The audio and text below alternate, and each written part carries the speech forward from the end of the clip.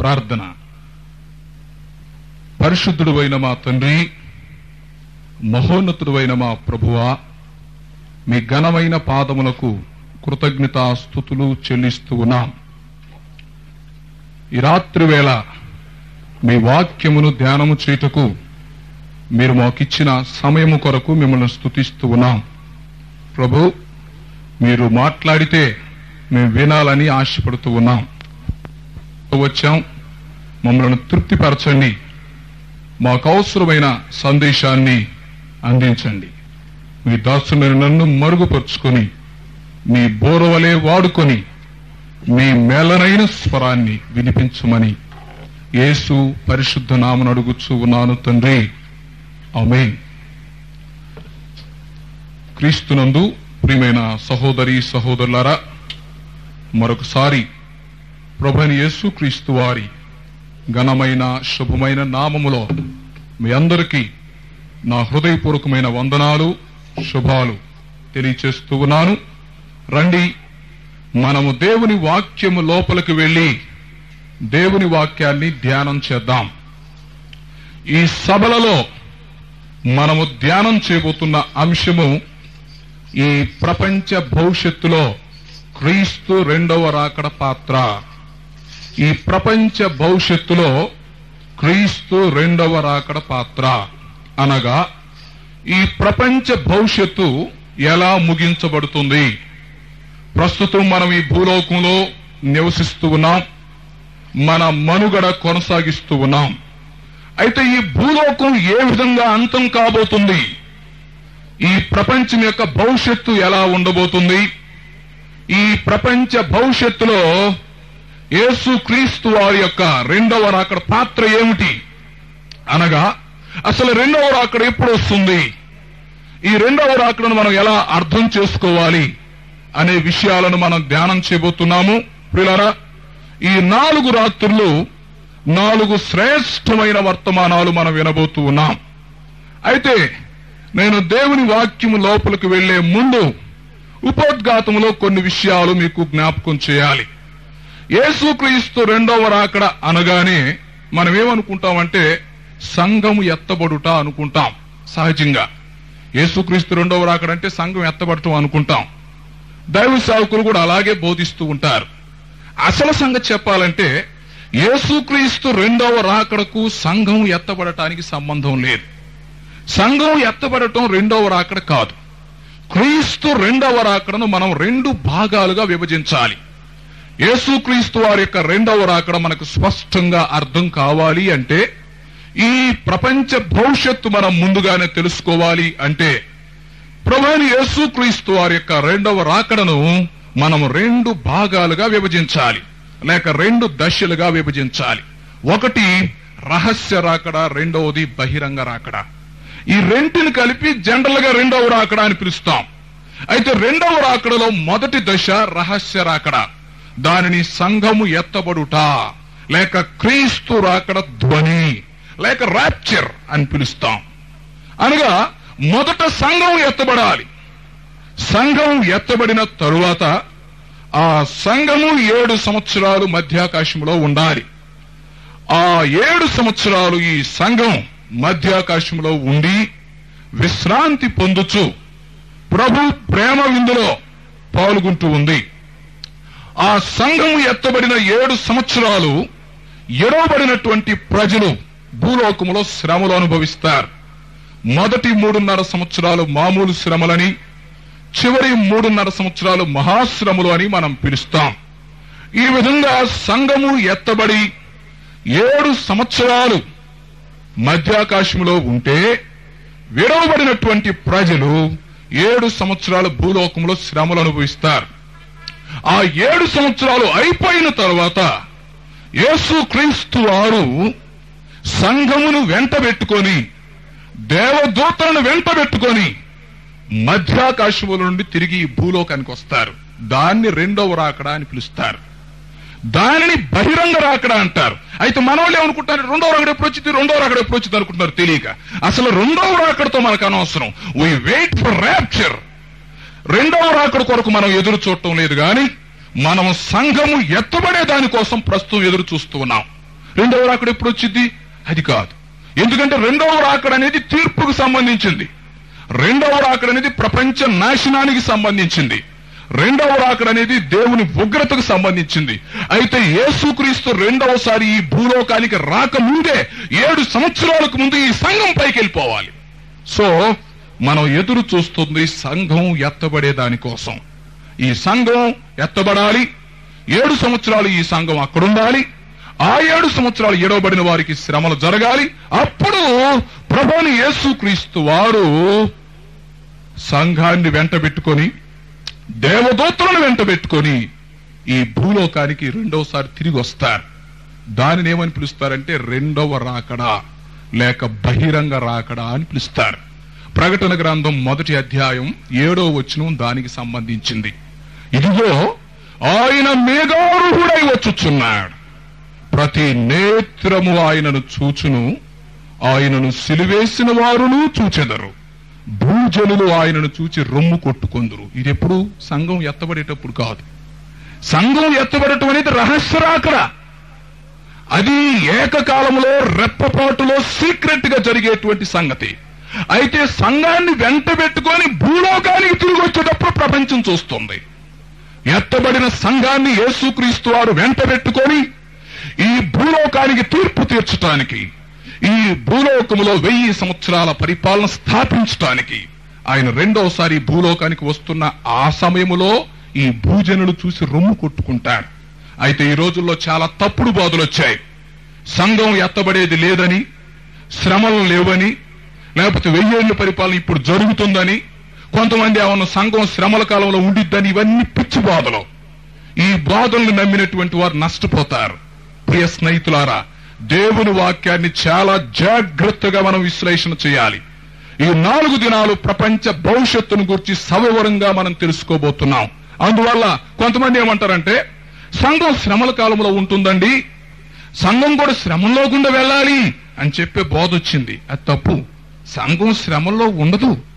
దేవుడు తన స్వరక్తమిచ్చి సంపాదించుకున్న ఈ సంఘం శ్రమలకు ముందే పైకి వెళ్ళిపోతుంది. శ్రమలు అయిపోయినాక మళ్ళీ దిగి వస్తుంది. అయితే కొంతమంది ఉన్నారు 1000 ఏళ్ల పరిపాలన ఇప్పుడు జరుగుతుంది అంటారు. 1000 ఏళ్ల పరిపాలన ఇప్పుడు జరగటం ఏంటి? కొంతమంది అసలు 1000 ఏళ్ల పరిపాలన లేదని చెప్తున్నారు. ఇవన్నీ రాను రాను ముందు రోజుల్లో మనం ధ్యానం చేయబోతున్నాం. ఎందుకంటే ఈ చివరి దినాల్లో తప్పుడు బాధలు విని తప్పుడు త్రోవలో నడిచినట్లయితే విశ్వాసులు దెబ్బతినేటువంటి అవకాశం ఉంది. అందుకని నేను ముందే చెప్పాను కదా మీతో, ఎవరు వచ్చినా రాకపోయినా రాకడ వర్తమానాలు సాఫీగా సక్రమంగా అందించబడతాయి. విన్నవాళ్ళు మేలు పొందుతారు, లేకపోతే లేదు. దేవుని వాక్యాన్ని చాలా జాగ్రత్తగా వినబోతున్నాం. అందువల్ల ఇక్కడ మనం ఆలోచించాల్సిన సంగతి ఏంటంటే ఈ ప్రపంచ భవిష్యత్తులో క్రీస్తు రెండవ రాకడ పాత్ర అను అంశాన్ని ధ్యానం చేసేటప్పుడు యేసుక్రీస్తు రెండవ రాకడను మనం 2 భాగాలుగా విభజిస్తున్నాం. మొదటగా సంఘం ఎత్తబడటం, రెండవదేమో యేసుక్రీస్తు వారు రెండవసారి భూలోకానికి రావడం, అది బహిరంగ రాకడ. అయితే ఇప్పుడు మొదట మనం ఏమి నేర్చుకోవాలంటే ఈ సంఘం ఎప్పుడు ఎత్తబడుతుంది. ఇప్పుడు మనకు రెండవ రాకడ ముఖ్యం కాదు. చాలా మంది రెండవ రాకడ గురించి చెప్పు అంటారు. రెండవ రాకడ మనకు ముఖ్యం కాదు. మనం ఎదురు చూస్తుంది సంఘం ఎత్తబడే దానికోసం. ఏ సమయంలో ప్రభువైన యేసుక్రీస్తు వారు వస్తారు, ఏ సమయంలో ఈ సంఘం ఎత్తబడుతుంది, ఈ సంఘం ఎత్తబడటానికి సంబంధించిన గుర్తులేమిటి, ఈ వివరాలు మనం ధ్యానం చేయబోతున్నాం. ప్రియులారా, పరిశుద్ధ గ్రంథంలో సంఘం ఎత్తబడటానికి 90 గుర్తులు చెప్పబడ్డాయి. ఈ సంఘం ఎప్పుడు ఎత్తబడుతుందో, ఈ సంఘం ఎప్పుడు మధ్యాకాశానికి చేరుకుంటుందో పరిశుద్ధ గ్రంథం నందు 90 గుర్తులు చెప్పబడ్డాయి. అందులో 70 గుర్తులు నెరవేరినాయి. మరొక 20 గుర్తులు త్వరగా నెరవేరుతూ ఉన్నాయి. ఏ రోజైతే 90 గుర్తులు 100% నెరవేరుతాయో భూ అని ఒక్కసారి బోరం రోగుతుంది. రెప్ప పాటున ఉన్న పాటున ఏకకాలంలో మనుషులు మధ్యాకాశానికి ఎగిరిపోతారు. కనుక ప్రస్తుతం యేసుక్రీస్తు వారు సంఘం ఎత్తబడటానికి సంబంధించిన కొన్ని గుర్తులు చెప్పారు. ఆ గుర్తులను మనం ధ్యానం చేస్తూ ఉన్నాం. చిన్న ఉదాహరణ చెప్తాను. ఈ సంఘం ఎప్పుడు ఎత్తబడిద్దో యేసుక్రీస్తు వారు చెప్పలేదు, కానీ దానికి సంబంధించి గుర్తులు చెప్పారు. అయితే కొంతమంది ఏమంటున్నారంటే ఫలానా రోజు యేసుక్రీస్తు వస్తాడు, ఫలానా రోజు యేసుక్రీస్తు వస్తాడని చెప్పి డేట్లు కూడా చెప్తున్నారు. అవన్నీ తప్పుడు బోధలు, నమ్మగాకండి. డేటు ఎవరు చెప్పాల్సిన పని లేదు. అయితే ఒకటి, ఆయన తన సంఘాన్ని తీసుకొని పోయే ముందు ఎలాంటి గుర్తులు జరుగుతాయో ముందు చెప్పాడు. చెప్పి ఈ గుర్తులు మీ కళ్ళతో చూసినప్పుడు నేను త్వరగా వస్తానని మీరు తెలుసుకోండి అన్నాడు. నేను కొన్ని గుర్తులు చెప్తున్నాను మీకు. ఆ గుర్తులు ఎప్పుడైతే జరుగుతాయో, ఆ గుర్తులు ఎప్పుడైతే జరగటం మీ కళ్ళతో చూస్తారో అప్పుడు నేను వస్తున్నానని తెలుసుకోండి. అప్పుడు సంఘం ఎత్తబడబోతుంది అని తెలుసుకొని మీరు సిద్ధపడి ఉండండి అని యేసు ప్రభువారు చెప్పారు. ఆయన చెప్పి వెళ్లి 2000 సంవత్సరాలు అయింది. అయితే ఆయన చెప్పిన గుర్తులు ఇప్పుడు జరుగుతున్నాయి. ఆ గుర్తులను బట్టి ఆయన త్వరగా వస్తున్నాడు, త్వరగా ఈ సంఘం ఎత్తబడుతుంది అని మనం చెప్తున్నాం. ఆయన ఏ రోజైనా రావచ్చు, ఏ రోజైనా ఈ సంఘం ఎత్తబడవచ్చు. అయితే గుర్తులను బట్టి మనం సిద్ధపడాలి.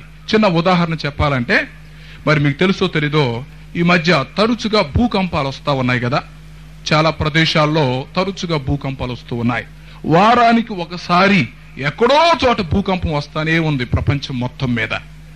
ఈ భూకంపం వచ్చే ముందు ఒక 24 గంటల ముందు, భూకంపానికి 24 గంటల ముందు ఏ ప్రాంతంలో అయితే భూకంపం వస్తుందో ఆ ప్రాంతంలో ఉన్న పక్షులకు తెలిసిద్ది ముందే. ఆ పక్షులు ఏం చేస్తాయంటే గిర్రం తిరిగి ఆ కేకలేసి అరిసి ఆ ప్రాంతాన్ని వదిలిపెట్టి వెళ్ళిపోతాయి. కొన్ని జాతుల పక్షులు ఆ ప్రాంతంలో, ఆ పక్షులు అలా గిర్రం తిరిగి అరసి ఆ ప్రాంతాన్ని వదిలిపెట్టి వెళ్ళిన తర్వాత ఖచ్చితంగా 24 గంటల తర్వాత ఆ ప్రాంతంలో భూకంపం వచ్చేసింది. భూకంపం రాకముందు మరి పక్షులు ఆ విషయాన్ని ముందుగానే తెలుసుకోగలుగుతున్నాయి. దాన్ని సైంటిస్టులు కూడా నిర్ధారణ చేశారు. అంటే భూకంపం రాకముందే, ఒక రోజు ముందే దానికి సంబంధించిన సూచనలు ఆ పక్షులకు అర్థమవుతున్నాయి. అందువల్ల పక్షులు అటు ఇటు తిరిగి బాగా కేకలేసి ఆ ప్రాంతం వదిలిపెట్టి వెళ్ళిపోతాయి. కొన్ని జాతుల పక్షులు డెఫినెట్ గా ఒక 24 గంటల లోపే ఆ ప్రాంతంలో భూకంపం వచ్చింది, కొంత భూమి నాశనం అయిపోయింది. అట్లాగా భూకంపం రాకముందు ఆ సూచనలు పక్షులకు ఎలాగ తెలిసాయో, మన ప్రభు అయిన యేసుక్రీస్తు వారు రాకముందు ఆ సంఘం ఎత్తబడే సూచనలు మనం ముందుగానే తెలుసుకోవాలి. ఆ సూచనలను బట్టి మనం సిద్ధపడాలి. ఇదిగో యేసు ప్రభు పొలాను గుర్తు చెప్పాడు, అది జరుగుతుంది గనుక ఆయన త్వరగా వస్తున్నాడు, ఆయన రావడానికి సిద్ధంగా ఉన్నాడు అని మనం చాలా జాగ్రత్త పడాలి. అయితే పిల్లరా, ఇప్పుడు అసలు విషయంలోనికి నేను వస్తున్నాను. ఈ సంఘం ఎప్పుడు ఎత్తబడుతుంది? ఖచ్చితమైన ఒక గుర్తు ఈ రాత్రి నేను మీతో చెప్పాలనుకుంటున్నాను. చాలా ఓపికతో మీరు వినాలి. అసలు ఈ సంఘం ఎప్పుడు ఎత్తబడుతుంది? ఎప్పుడైనా మీరు ఆలోచించారా? యేసుక్రీస్తు మధ్యాకాశానికి ఎప్పుడు వస్తాడు? ఎప్పుడు బోర ఊదుతాడు? ఎప్పుడు ఈ సంఘం ఎత్తబడుతుంది? 90 గుర్తులు ఉన్నాయని చెప్పానుగా. 70 గుర్తులు నెరవేరినాయి, 20 గుర్తులు నెరవేరుతూ ఉన్నాయి అని చెప్తున్నాను కదా. ఆ 90 గుర్తుల్లో ఒక గుర్తు ఈ రాత్రి నేను మీతో చెప్పబోతున్నాను. చాలా జాగ్రత్తగా వినాలి. యేసుక్రీస్తు వారి రాకడకు సంబంధించిన, లేక సంఘం ఎత్తబడటానికి సంబంధించినటువంటి ఒక గుర్తు ఈ రాత్రి నేను మీతో పంచుకోబోతున్నాను. ఈ గుర్తుగాని మీరు చివరి దాకా జాగ్రత్తగా వినగలిగితే అసలు సంఘం ఎప్పుడు ఎత్తబడిద్దో క్లియర్ గా మీకు తెలిసిపోయింది. ఎవ్వరూ మీకు చెప్పనక్కర్లేదు, ఎవ్వరు వారి బోధలు చెప్పి మిమ్మల్ని కలతపరచనక్కర్లేదు. దేవుని వాక్యం చాలా స్పష్టంగా మనం తెలుసుకోవచ్చు. గమనించండి, ఈ సంఘం ఎత్తబడటానికి యేసుక్రీస్తు వారు చెప్పిన గుర్తుల్లో ఒక గుర్తు ఏంటంటే, ఇప్పుడు ప్రపంచంలో ఇశ్రాయేలు ప్రజలు ఉన్నారు. మనందరికి తెలుసు, ప్రపంచంలో అనేక జాతులు ఉన్నాయి. అందులో ఇశ్రాయేలు జాతి కూడా ఒకటి. ప్రస్తుతం మన భారతదేశానికి దగ్గరలోనే ఆ ఇజ్రాయేల్ దేశం ఉంది. ఆ ఇజ్రాయేల్ దేశంలో ఇజ్రాయేలు ప్రజలు నివసిస్తూ ఉన్నారు ప్రస్తుతం. ఈ సంఘం ఎత్తబడాలంటే జరగవలసిన గుర్తుల్లో ఒకటేంటంటే, ఇజ్రాయేలు దేశంలో కొంతమంది ఇశ్రాయేలీలు మాత్రమే ఇప్పుడు ఉన్నారు. ఆ మిగతా ఇశ్రాయేలీలు ప్రపంచంలో ఆయా ప్రాంతాల్లో చెదిరిపోయి ఉన్నారు. మన భారతదేశంలో కొంతమంది ఉన్నారు, రష్యాలో ఉన్నారు, అమెరికాలో ఉన్నారు, అనేకమైన దేశాల్లో ఇశ్రాయేలు ప్రజలు చెదిరిపోయి ఉన్నారు. కొంతమంది మాత్రం సొంత దేశంలో ఉన్నారు. ఈ చెదిరిపోయినటువంటి ఇశ్రాయేలీలు ఏ రోజైతే 100% ఇశ్రాయేలు దేశంలో అడుగు పెడతారో వెంటనే భూ అని బోర మరుగుతుందన్నమాట, ఒక రెప్పపాటులో. అది మనం న్యూస్ పేపర్లో చూడవలసిన విషయం. రోజు మీరు ఇశ్రాయేల్స్ గురించి చదువుతూ ఉండండి. ఇశ్రాయేల్స్ వారి స్వదేశానికి తిరిగి వచ్చేటువంటి దాన్ని మీరు చదువుతూ ఉంటే, ఇశ్రాయేలీలు ప్రపంచంలో ఎక్కడెక్కడైతే చెదిరి ఉన్నారో ఆ చెదిరిపోయినటువంటి ఇశ్రాయేలీలు అందరూ ఒక్కరు కూడా ప్రపంచంలో ఎక్కడా మిగలకుండా 100% ఇశ్రాయేలీలు ఏ రోజైతే తన సొంత దేశంలో అడుగు పెడతారో ఆ రోజు ఈ సంఘం పైకి ఎత్తబడింది. అందులో అనుమానమే లేదు. ఇక దాని గురించి మనం సందేహించాల్సిన పని లేదు. అందువల్ల ఇశ్రాయేలీల యొక్క భవిష్యత్తు పైన ఈ సంఘం ఆధారపడి ఉంది. ఇప్పుడు ప్రశ్న అడగొచ్చు నన్ను, పాస్టర్ గారు, ఇశ్రాయేలీలు సొంత దేశానికి తిరిగి రావటానికి సంఘం ఎత్తబడటానికి సంబంధం ఏంటి? ఇశ్రాయేలు ప్రజలు తిరిగి తమ సొంత దేశానికి రావడానికి సంఘం ఎత్తబడటానికి సంబంధం ఏంటి? ఈ రెంటికి లింక్ ఏంటి అని మీరు అడగొచ్చు. దాన్నే ఈ రాత్రి మనం ధ్యానం చేయబోతున్నాం. అది మీకు అర్థమవ్వాలంటే ఇశ్రాయేలీల చరిత్ర నేను చెప్పాలి, మీరు జాగ్రత్తగా వినాలి. ఇశ్రాయేలీలకి ఈ సంఘం ఎత్తబడటానికి సంబంధం ఏమిటో, ఇశ్రాయేలీలకి యేసుక్రీస్తు రెండవ రాకడకు సంబంధం ఏమిటో మనం తెలుసుకోవాలంటే ఇశ్రాయేలీల యొక్క జాతి చరిత్ర మనకి బాగా తెలిసి ఉండాలి. ప్రియులారా, రండి ఒకసారి మనం ఆదికాండం 11వ అధ్యాయం లోపలికి వెళదాం. బైబిల్ గ్రంథం తీయండి. ఆదికాండం 11వ అధ్యాయం లోపలికి మనం వెళదాం. ఆదికాండం 11వ అధ్యాయంలో అబ్రహాము చరిత్ర ప్రారంభమవుతుంది. అంటే 12వ అధ్యాయం మొదల నుంచి ఉందనుకోండి, లెక్క ప్రకారం మనం 11వ అధ్యాయం అనుకోవాలి. 12వ అధ్యాయం నుండి 25వ అధ్యాయం వరకు, అంటే దాదాపు 14 అధ్యాయాల్లో అబ్రహాము చరిత్ర ఈ బైబిల్లో రికార్డ్ చేయబడింది. ప్రియులారా, ఆదాముకి అబ్రహాముకి సుమారు 2000 సంవత్సరాలు వ్యవధి ఉంది. ఆదాము నుండి నోవాహు వరకు 1000 సంవత్సరాలు, నోవాహు నుండి అబ్రహాం వరకు 1000 సంవత్సరాలు. అయితే అబ్రహాము కాలంలో పరిస్థితి ఎలాగుందంటే, ప్రపంచంలో నిజదేవుని ఎరిగిన వాళ్ళు ఒక్కళ్ళు కూడా లేరు ఆ రోజుల్లో, ఆనాటి జనరేషన్ లో. అబ్రహాం కాలం నాటికి నిజదేవుణ్ణి, సృష్టికర్తని ఎరిగినటువంటి వారు ఒక్కరు కూడా ప్రపంచంలో లేరు.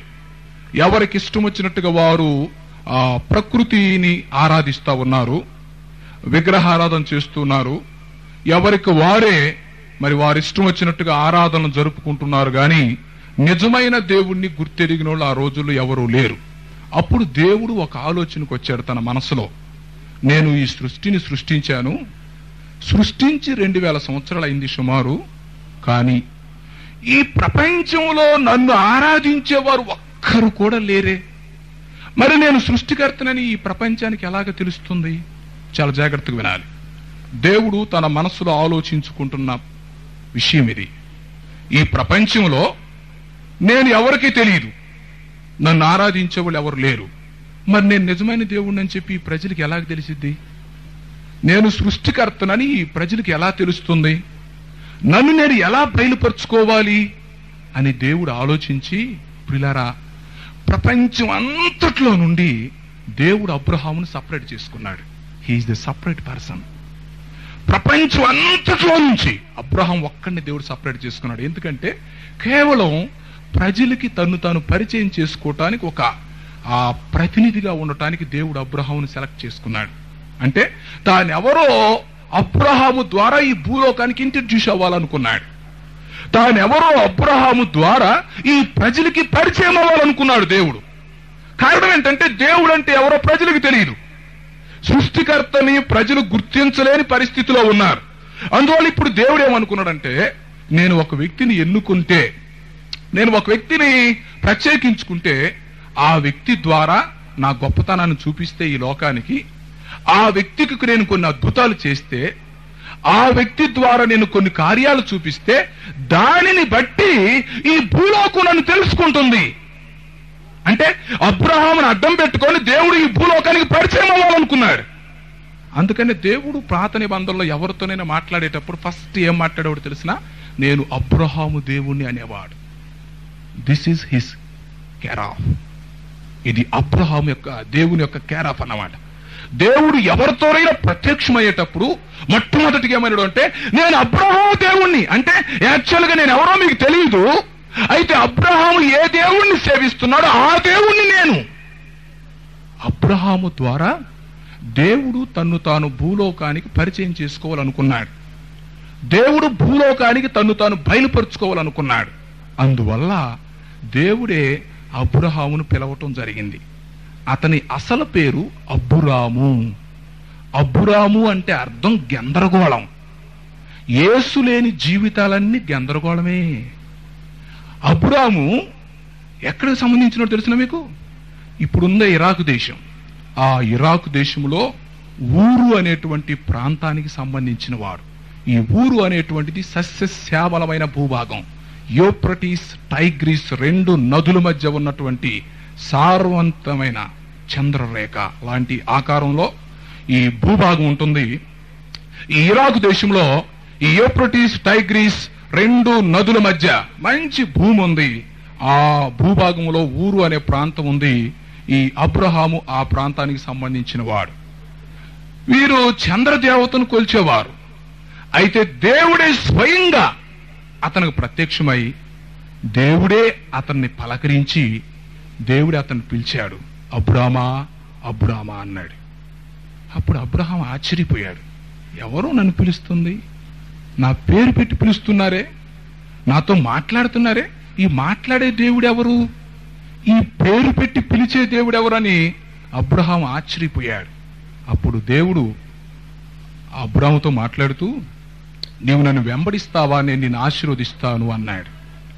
అప్పుడు అబ్రహాం అన్నాడు, తప్పకుండా నేను వెంబడిస్తాను, నీవు నిజమైన దేవుడుగా దొరికావు, నాకు అంతే చాలు, మాట్లాడే దేవుడివి ఇంతకాలానికి ప్రత్యక్షమయ్యావు, తప్పకుండా నేను వెంబడిస్తాను, నువ్వు ఏది చేయమంటే అది చేస్తాను అని అబ్రహాము దేవునితో ఒప్పందం చేసుకున్నాడు. అప్పుడు దేవుడు అబ్రాముని, శారాని బయటికి పిలిచాడు.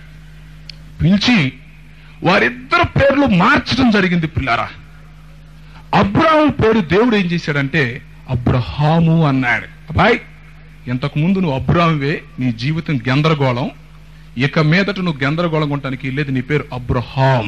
అబ్రహాం అంటే అనేక జనములకు తండ్రి లేక ఆశీర్వాదమునకు తండ్రి.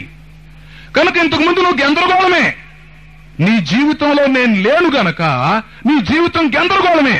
అయితే ఇప్పుడు దేవుడు ఏం చేశాడంటే అతన్ని పట్టుకొని, అతన్ని ఎన్నుకొని ప్రత్యేకించి అబ్రాముని అబ్రహాముగా చేశాడు. గందరగోళాన్ని ఆశీర్వాదానికి తండ్రిగా చేశాడు. అలాగనే శారాయి పేరు శారాగా చేశాడు. శారాయి అంటే గయ్యాళి, జగడగుండి అని అర్థం. అయితే దేవుడు ఏం చేశాడంటే శారా యువరాణి, గందరగోళాన్ని ఏమన్నా ఆశీర్వాదానికి తండ్రి అన్నాడు, జగడగుండిని ఏమన్నా యువరాణి అని చెప్పాడు. ఆ విధంగా దేవుడు అబ్రాము శారాయిలను పిలిచి వారి పేర్లను మార్చి అబ్రహాము శారాగా చేశాడు. ఆ తర్వాత అన్నాడు, మీ స్వదేశాన్ని విడిచిపెట్టి రండి, నేను మీకు మరొక దేశం ఇస్తాను, అది మీకు స్వాచ్యంగా ఇస్తాను అని చెప్పాడు.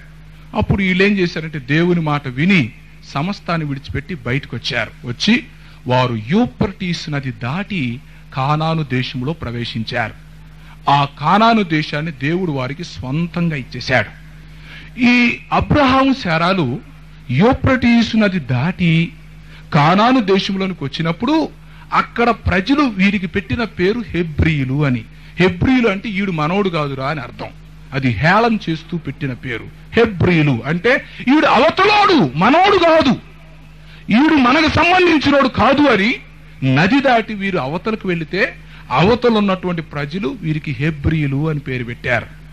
అయితే మొత్తానికి అబ్రహాం అక్కడ స్థిరపడ్డాడు. అప్పుడు దేవుడు అన్నాడు, అబ్రహామా, నీకును నీ వంశానికి సదాకాలం నేను ఈ దేశం ఇచ్చేస్తానని చెప్పాడు. ఆ కానాను దేశాన్ని. అతడు ఇరాకు దేశాన్ని వదిలిపెట్టి కానాను దేశంలో ప్రవేశించి కానాను దేశాన్ని స్వతంత్రించుకున్నాడు. ఆ తర్వాత త్వరగా వెళ్ళిపోవాలి, మనకి ఇది పెద్ద సబ్జెక్ట్.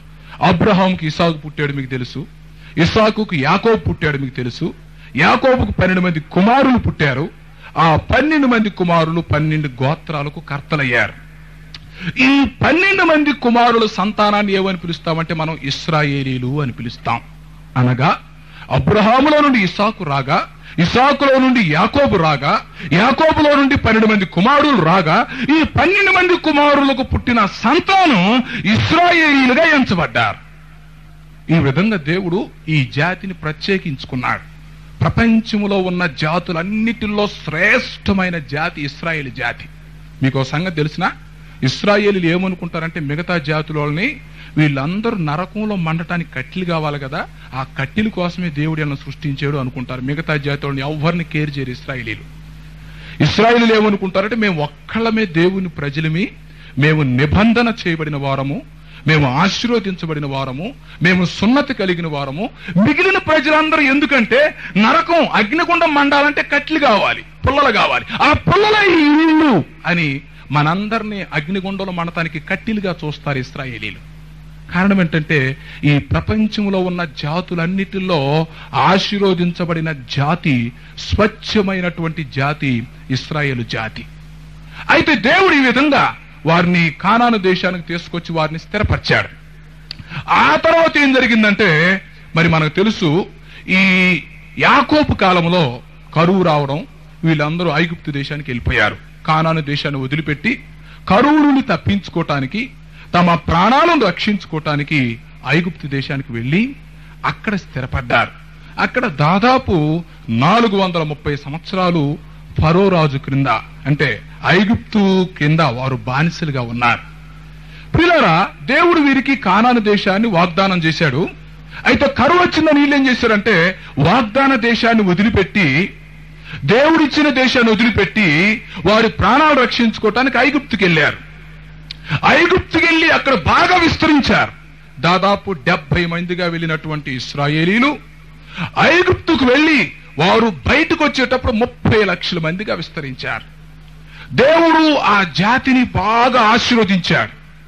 సరే, వీరు ఐగుప్తులోకి వెళ్ళి అక్కడ ఆ ఐగుప్తు రాజు వీరిని పెడుతున్నటువంటి శ్రమలు తట్టుకోలేక అక్కడుండి దేవునికి మొరపెట్టారు, ఏడ్చారు. ప్రభువా, కానాను దేశాన్ని మాకు స్వాచ్ఛంగా ఇస్తానని చెప్పావు, అబ్రహాము, ఇసాకు, యాకోబులతో వాగ్దానం చేశావు.